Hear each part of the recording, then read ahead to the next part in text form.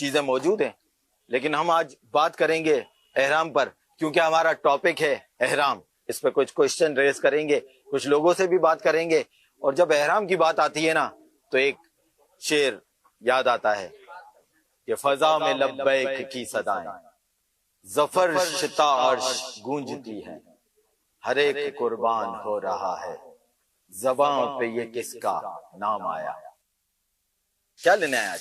احرام دیکھ رہے تھے، ابھی عمرہ کر کے آئے ہیں تو بھائی کو انشاءاللہ بھیجنا ہے، تو انشاءاللہ اس کے لیے احرام دیکھ رہے ہیں. کون سا احرام لے رہے ہیں؟ اور میں بھی تو کوالٹی دیکھ رہا ہوں، تولیے والا احرام لے رہا ہوں، اس میں 2-3 کوالٹیاں اس میں ہیں. اچھا، تو اس وجہ سے ابھی دیکھ رہے ہیں کہ کون سا لیتے ہیں انشاءاللہ. اچھا تو تولیہ مطلب اوپر ہو یا نیچے ہو؟ دونوں طرف تولیہ یہ ہے، تو دونوں طرف والے دکھا رہے ہیں، دونوں میں تولیہ یہ ہے. کپڑے کا اگر ہوتا ہے تو وہ پانی جب لگتا ہے نا تو وہ ٹرانسپیرنٹ بھی ہو جاتا ہے اور چپک بھی بہت جاتا ہے. تولیہ ہوتا ہے تو بھلے بھاری ہو جاتا ہے لیکن یہ کہ پردہ رہتا ہے. آپ ان کے مشورے پہ عمل کرتے ہیں؟ ابھی میں ان کو بھی، ان سے بھی مشورہ لیا تو دونوں نے بھی یہی کہا کہ تولیہ والا ہی لے کے جاؤ، آپ کو صحیح رہے گا اس حساب سے. ابھی تو زیادہ تر ہمارے پاس جو مانگ رہے ہیں نا وہ مانگ رہے ہیں کہ ٹاول والا دیں، جیسے پسینہ وغیرہ جذب کرنے کے حساب سے وہ صحیح رہتا ہے. لیکن نا اس میں ریٹ کا فرق تو ہوگا کہ میرے جیسا غریب آدمی تولیہ والا لینا چاہ رہا ہو اور ریٹ ایسے ہو تو پھر کیا کریں؟ تولیہ والا سستا بھی ہے نا ہمارے پاس. سستا بھی ہے جی. یہ آپ نے جو احرام لے رہے ہیں اس کی لینے کی بھی کوئی نیت کی ہے؟ احرام کی نیت یہی ہے نا کہ ابھی تو حالانکہ وقت ہے، پھر بھی ابھی دیکھ اس وجہ سے رہے کہ ابھی سے دیں گے لیں گے تو انشاءاللہ نیت بھی بنے گی، راستے بھی بنتے ہیں، اور ابھی اسی لیے دیکھ رہے ہیں اس حساب سے. اچھی 1-2 نیتیں تو بتائیں. انشاءاللہ عمرے کے لیے حاضری ہوگی تو پھر انشاءاللہ اچھی نیتیں بھی بعد میں کریں گے عمرے کی. شیخ آپ نے نوٹ کیا یہ کہہ رہے ہیں کہ احرام تو میں ابھی لے لیتا ہوں، اچھی نیتیں بعد میں کر لوں گا. ایک تو احرام کی نیت ہے، اس کے علاوہ لینے کی نیتیں کیا ہو سکتی ہے؟ تو کہہ رہے میں بعد میں کروں گا. تو کیا بعد میں بھی نیتیں کر سکتے ہیں یا ابھی لیتے ہوئے ہی کرنی پڑے گی؟ ایک سوال تھا میرا شیخ طریقے سے، جیسے ہم احرام باندھتے ہیں اس میں یہ سائڈ پر لے کر اور جو جس طریقے سے باندھتے ہیں نا تو فولڈ کر کے یو فولڈ کرتے ہیں، کوئی اگر یوں باندھتا ہے اور کچھ لوگ باندھتے ہیں دھوتی کی طرح باندھتے ہیں، تو دونوں طریقوں میں ہو جائے گا احرام کا مسئلہ حل یا نہیں؟ ایک اور سوال پیدا ہوتا ہے کہ جب احرام ایک انہوں نے لے لیا ہے، مدینہ گئے تھے تو انہوں نے احرام لے لیا، اب یہ ان کے بھائی ہیں، اب یہ جا رہے ہیں عمرے پر، یہ تو ہو کے آ گئے، لیکن یہ نیا احرام لینے آئے ہیں، تو اب نیا احرام لینا ضروری ہے کیا؟ لیڈیز کا احرام میں نے دیکھا ہے یہاں پر لیڈیز کا احرام بھیجا جاتا ہے، جبکہ لیڈیز کا کوئی احرام شریعت کے کتاب میں تو کہیں بھی نہیں لکھا ہوا، لیکن لیڈیز کا احرام بکتا ہے مارکیٹ میں، جو لیڈیز کے احرام کے نام سے باقاعدہ ایک چادر بنی ہوئی ہوتی ہے، یہاں باندھنے کا ہوتا ہے، وائٹ چادر ہوتی ہے. اس کو احرام کے نام پہ بیچنے کی بھی وجہ ہوگی نا؟ بالکل، یہ جینٹس احرام ہے، وہ لیڈیز احرام ہے، ایسے بھی زیادہ ملے اس کا بکے گا 250 روپے کا اور لیڈیز احرام ملے گا 1200 روپے کا. شیخ یہ تو بات صحیح ہے، ویسے احرام کے نام پر ہے نا لیڈیز کے احرام بھی ملتے ہیں. ایک اور کوشچن کرنا تھا شیخ کہ بعض لوگ یہ احرام لے جاتے ہیں اور پھر واپس لاتے ہیں، اس کو زمزم میں ڈبوتے ہیں اور اس کے بعد اس کو کفن کے طور پر یوز کرتے ہیں اپنے لیے یا کسی عزیز اور رشتہ دار کے لیے، اور بعض لوگ کفن خرید کر لے جاتے ہیں، اس کو زمزم میں ڈبوتے ہیں اور اس کے بعد پھر اس کو واپس لاتے ہیں، اس کے بعد اس کو کفن کو یوز کیا جاتا ہے کسی کے لیے بھی. تو کیا احرام کو اور کفن لے جا کر اس کو زمزم میں ڈبو کر یوز کرنا یہ کیا ٹھیک ہے یا نہیں؟ اس میں آخر درست کیا ہے؟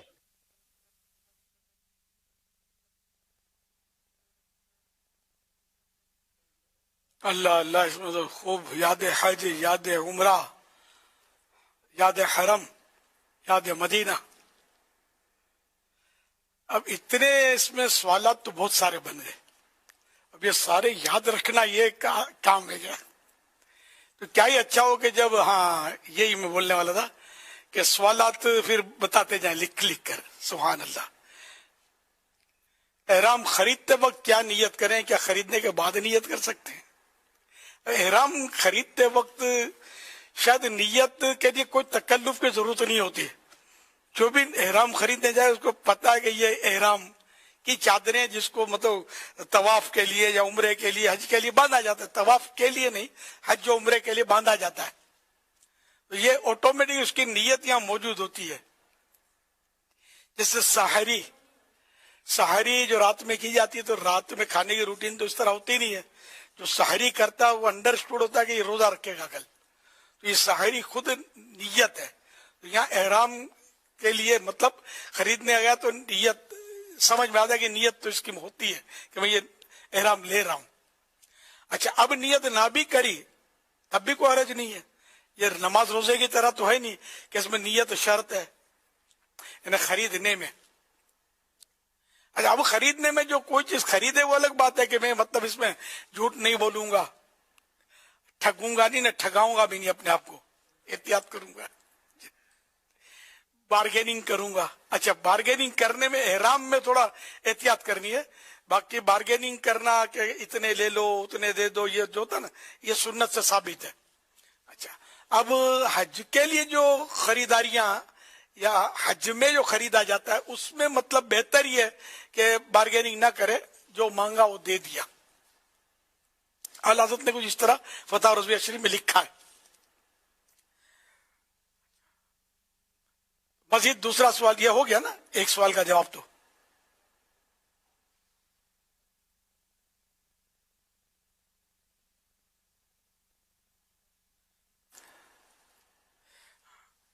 یہ کچھ لوگ دھوتی کی طرح احرام باندھتے ہیں اور کچھ لوگ سائڈ پر لے کر، کیا دونوں طریقے درست ہیں؟ اصل وہ دھوتی کہا اس کو، یہ معذاللہ دھوتی نہیں ہے. اعلیٰ حضرت رحمت اللہ علیہ نے دھوتی ایک مخصوص طبقے کے ساتھ منسوب کیا ہے اس کو، اور وہ دھوتی جو ہے نا یہ پیچھے سے اڑ سی جاتی ہے دھوتی، وہ لوگ باندھتے ہیں. ہم لوگ جو مسلمان ہیں تو وہ آگے سے مطلب اڑستے ہیں اس کو. یہ فرق ہے دھوتی میں. ہمارا تیب بند کہلاتا ہے، تیب بند، لنگی. اور بعض زبانوں میں جیسے کہ سری لنکا میں گیا تھا تو وہاں سارمب بولتے تھے اس کو، جو مجھے یاد آ رہا ہے. تو جو بھی زبان ہے تو لیکن دھوتی، یہ ہمارے یہاں دھوتی نہیں باندھی جاتی، مسلمان دھوتی نہیں باندھتے. تو یہ احرام جو ہے اس کا وہ تیب بند کی طرح باندھتے ہیں. اب جس طرح بھی باندھے، جس طرح وہ ایک پکچر میں دکھایا گیا کہ یہ اس طرح حاجی عبدالحبیب یوں باندھ رہے تھے، یہ بھی ایک اس کا طریقہ ہے. تو اگر اس کو پریکٹس کر لیں گے نا تو یہ مطلب اچھا رہے گا. یہ اس میں مطلب جو حج کے لیے جا رہے ہیں خاص کر، تو ان کو چاہیے کہ احرام ہاتھوں ہاتھ نہ خریدیں. یہ کچھ دن پہلے خرید کر اس کو گھر میں باندھیں، چادر بھی لگائیں اور تھوڑا چلیں پھریں، نمازیں بھی اگر ممکن ہو تو اس میں پڑھیں. تو اس سے آپ کو یہاں پریکٹس ہو جائے گی احرام کی. ورنہ ایک دم سے وہاں باندھیں گے تو، اور پھر بھیڑ میں، طواف میں حج کے دنوں میں تو بھیڑ اچھی خاصی ہوتی ہے. رمضان میں بھی اب سنا ہے بہت اس بار بھیڑ تھی، ویزا آسان ہو گیا تو بھیڑ بڑھ گئی. لیکن اب تو خیر آج کل تو شاید اوور لوڈ ہو گیا ہے، تو اس لیے کہ حاجیوں کے اور ویزے رکے ہوئے ہیں، یہ بھی اطلاع ہے، شاید اوور لوڈ کی وجہ سے. تو خیر، تو اس طرح مطلب یہ کہ بھیڑ میں اب دھوتی کسی کے اس میں پھنس گئی، آپ کی کسی کے پاؤں کے نیچے آ گئی، تو اب آپ کرو گے کیا یار؟ تو اس لیے ایسا اس کو مضبوط لوہا لٹ کی طرح آپ اس کو پریکٹس کرو گے، یہ کوئی کھینچے تو بھی اترے نہیں. تو یہ آپ یہاں گھر میں رہ کر اپنے وطن میں اس کی پریکٹس کر کے اس کو چل پھر کر آپ یہ کر سکتے ہیں. وہاں شاید وہ جلدی میں آپ باندھ لیں گے اور کچھ کا کچھ کہیں نہ ہو جائے.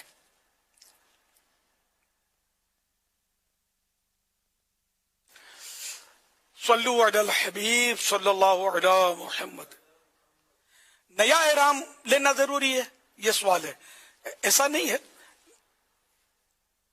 پاک ہو لباس جیسے پاک ہوتا ہے تو یہ احرام جو ہے یہ دھلا ہوا اور پاک صاف ہو. اگر پرانا بھی ہے کسی کے پہلے استعمال. اب جو بار بار عمرے کرتے ہیں یا وہاں جو رہتے ہیں مکہ پاک وغیرہ میں، تو وہ تو عمرے کرتے رہتے ہیں، تو وہ کوئی نیا تھوڑی خریدیں گے. وہ ان کا پرانا برسوں تک چلتا ہوگا، ضرورتاً باندھ لیا تو وہ میلا ہو گیا تو دھو لیا، دیٹس آل. یہ حاجی بھی یہ کر سکتا ہے، عمرے والا بھی کر سکتا ہے. صلو علی الحبیب صلی اللہ علی محمد.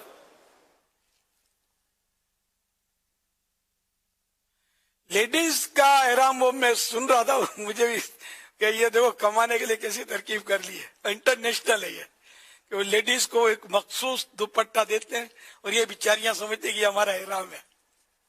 لیڈیز کا احرام وہی جو اس کے حسب معمول جو لباس ہے نا، روٹین وائز جو پہنتی ہے یہ وہی پہنیں گی. اس میں یہ ہوتا ہے کہ ان کو چہرہ چھپانے کی اجازت نہیں ہے، کہ چہرے پر کپڑا نہیں آنا چاہیے، سر پہ بھلے آئے. تو اس طرح مطلب ہے کہ اس کے کپڑوں میں یہ احتیاطیں ہیں. باقی یہ اچھا اسکارف پہن لیتی ہے تو اس بہانے تھوڑا بال وال چھپ جاتے ہیں ان کے، لیکن اس کو شرط نہ سمجھیں کہ یہ احرام ہے، یہ نہیں. باقی باندھنے میں اور یہ پہننے میں کوئی حرج نہیں ہے.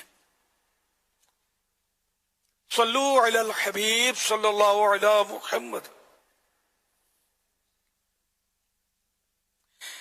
کچھ لوگ کفن زمزم میں ڈبو کر لاتے ہیں اور کچھ لوگ احرام کو زمزم میں ڈبو کر لاتے ہیں. پھر کفن میں استعمال کرتے ہیں، یہ درست ہے؟ کیا یہ درست ہے؟ جی ہاں درست ہے۔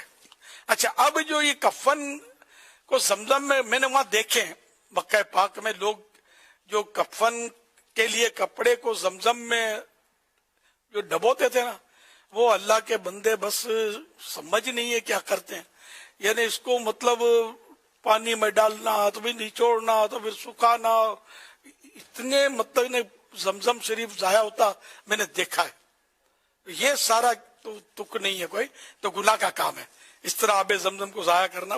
برکت کے لیے ایک قطرہ آپ نے کفن پہ ڈال لیا، یہ بھی کافی ہو جائے گا، ایک قطرہ۔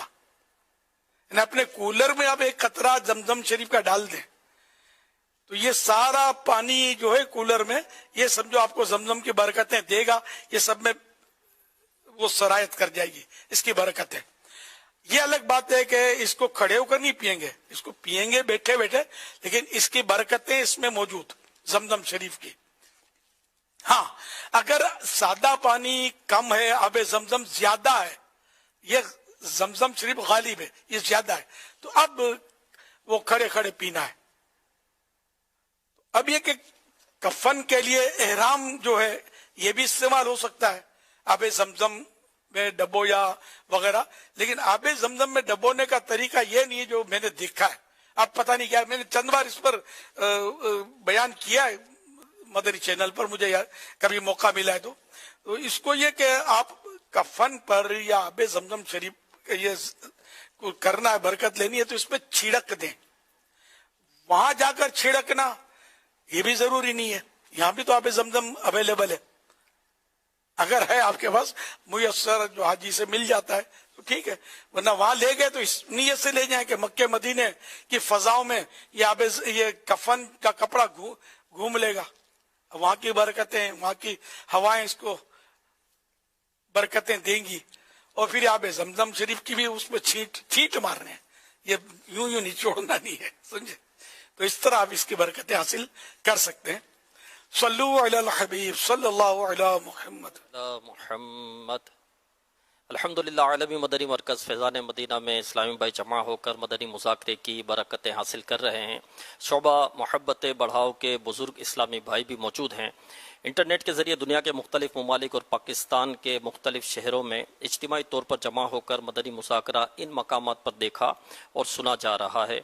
G11 اسلام آباد، جامعۃ المدینہ مومباسا کینیا، چٹاگان بنگلہ دیش، موزمبیک، جامعۃ المدینہ نیپال گنج نیپال، بھینس کالونی کراچی، مدرسۃ المدینہ بہار مدینہ لاہور سٹی، گجرات پنجاب پاکستان، میکلوڈ گنج تحصیل منچن آباد، فیضان مدینہ جوہر ٹاؤن لاہور، چیچا وطنی فیضان مدینہ، علی آباد سانگلہ ہل پنجاب، حیدرآباد چک شفیع عارف والا پنجاب، شیخو پورہ بحریہ ٹاؤن لاہور، فیصل آباد قصور پنجاب، حافظ آباد پنجاب، کاموکی پنجاب، فیضان مدینہ ناروال۔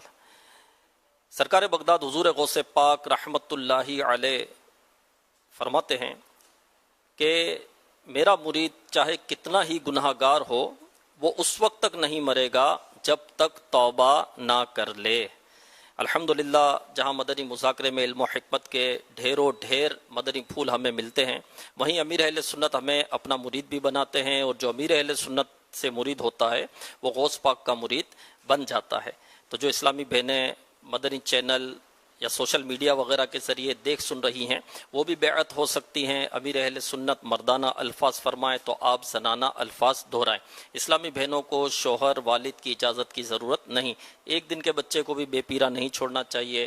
سرپرست یعنی والد وغیرہ کو چاہیے کہ اپنے بچوں کو بھی امیر اہل سنت کا مرید بنا دے تو وہ غوث پاک کے مرید ہو جائیں گے۔ اس کا طریقہ یہ ہے کہ آپ اپنے بچوں کا نام، عمر وغیرہ جو اسکرین پر نمبر دکھایا جا رہا ہے وہاں بھیج دیجئے تو آپ کے بچوں کو بھی غوث پاک کا مرید کر لیا جائے گا۔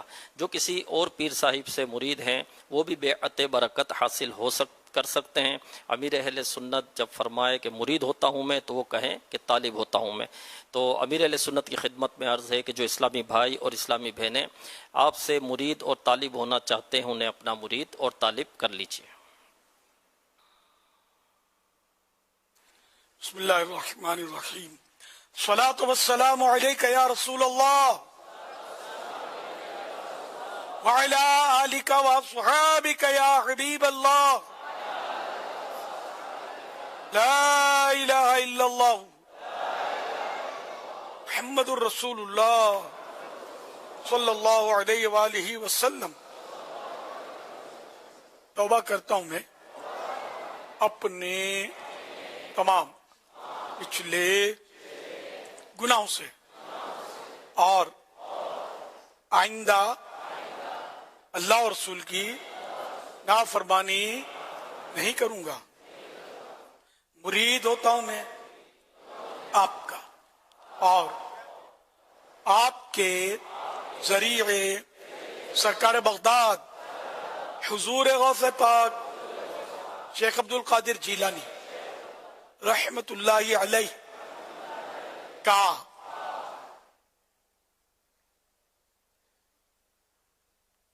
اے اللہ پاک مجھے جناب غوث اعظم کے غلاموں میں قبول فرما اور قادری رضوی سلسلے کی برکتیں نصیب فرما. صلاۃ والسلام علیک یا نبی اللہ وعلی آلک واصحابک یا نور اللہ. اچھا، یہ جو احرام کے تعلق سے سوالات کیے گئے اس میں ایک سوال یہ بھی تھا کہ تولیے کا احرام مناسب ہے یا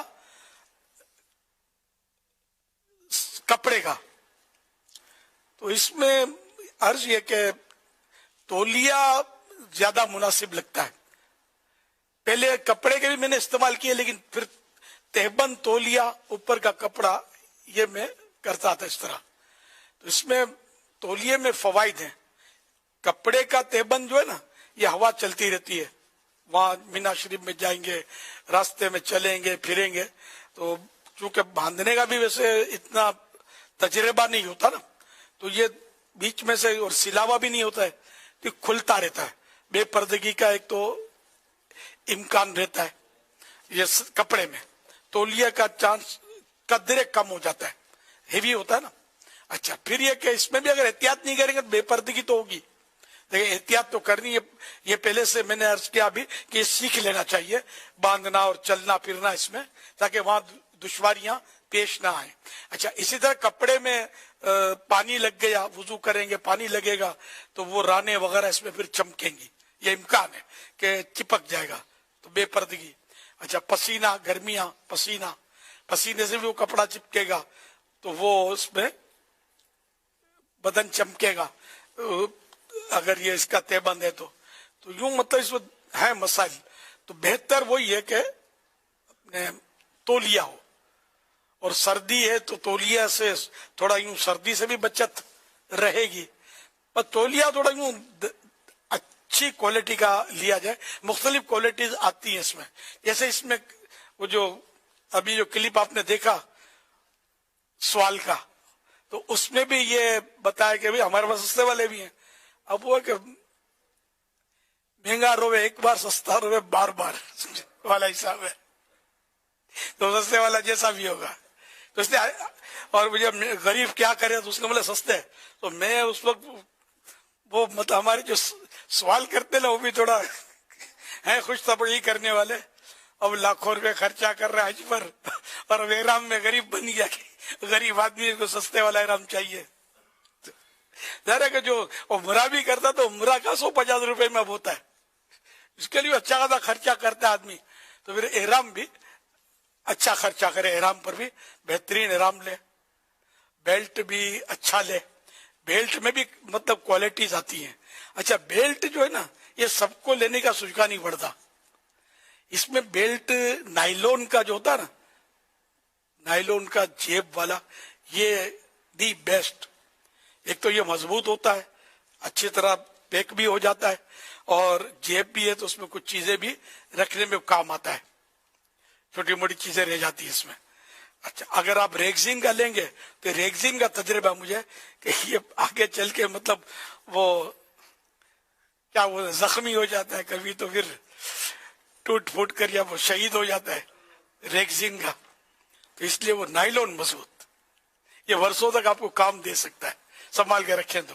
جو بار بار استعمال کرتے ہیں، حج کرتے ہیں، عمرے کرتے ہیں، تو ان کو تو تجربات بھی ہوتے ہوں گے۔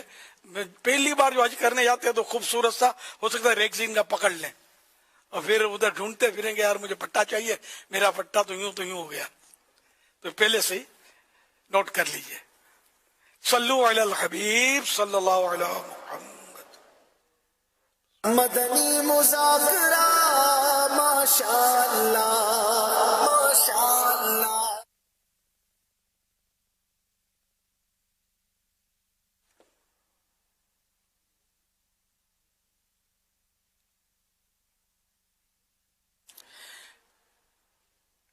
گلے میں درد ہو، یہ تھوڑا اس کو لیفٹ سائڈ پہ لیں، یہ جو اسکرین پر دکھا رہے ہیں تحریر، جو لوگو بنا ہوا نا اس کے نیچے دب رہی ہے۔ ہاں، گلے میں درد اور کھانسی ہو تو ایک چائے کی چمچ یعنی ٹی اسپون ادرک جنجر کے رس میں اتنا ہی شہد یعنی ہنی ملا کر سوتے وقت پی لیجئے، اور بغیر کلی وغیرہ کیے سو جائیے، اور مسلسل 3 دن تک یہ عمل کیجئے، انشاءاللہ الکریم شفا حاصل ہوگی۔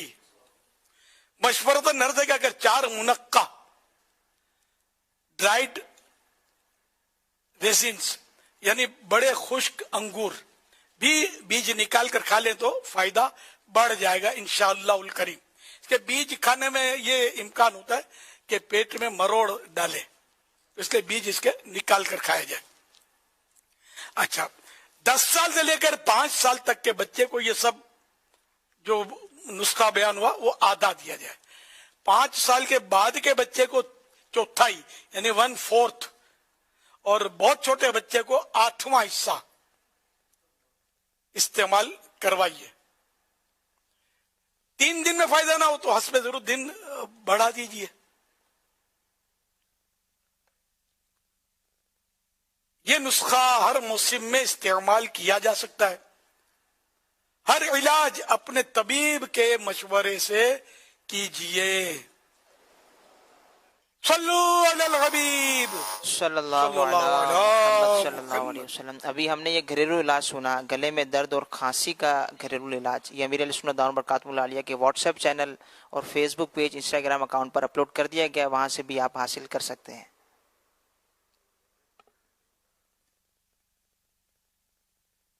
صلو علی الحبیب صلی اللہ علیہ محمد۔ اچھا، وہ تربوز کا جو کانٹے سے کھاتے ہوئے دکھایا گیا، اس میں میری ایک صاحبہ نے توجہ دلائی کہ پیس بھی بڑے بڑے تھے۔ اچھا، پیس بھی خوبصورت کٹے ہوئے تھے، تو یہ کانٹ چھانٹ جو ہوتی ہے نا، یہ بعض اوقات پھینک دی جاتی ہے، یہ انہوں نے توجہ نہیں دلائی۔ میرے ذہن میں آیا کہ اس کو خوبصورت میں مدنی چینل پر اسکرین پر دکھانا تھا نا، تو اس کے لیے وہ تکلفات کیے جاتے ہیں۔ اگر وہ پھینک دیا تھا کٹنگ کر کے تو یہ تو اسراف گیا، اس کی تو توبہ بھی کرنی ہوگی، اور اگر یہ بالفرض پیسے اگر یہ کون سے تھے تو واللہ اعلم، مجھے پتہ نہیں ہے، اس کو دیکھ لیجئے۔ اور پیس اتنے بڑے بڑے تھے، بیچارے بچے منہ پھاڑ کے ٹھونس رہے تھے اس میں۔ اس طرح بڑوں کو بھی ڈالنے میں منہ میں تھوڑا آزمائش ہو رہی تھی۔ تو یہ ہم 1000 بار بول چکے ہیں کہ چھوٹے نوالے لیے جائیں کھانے میں۔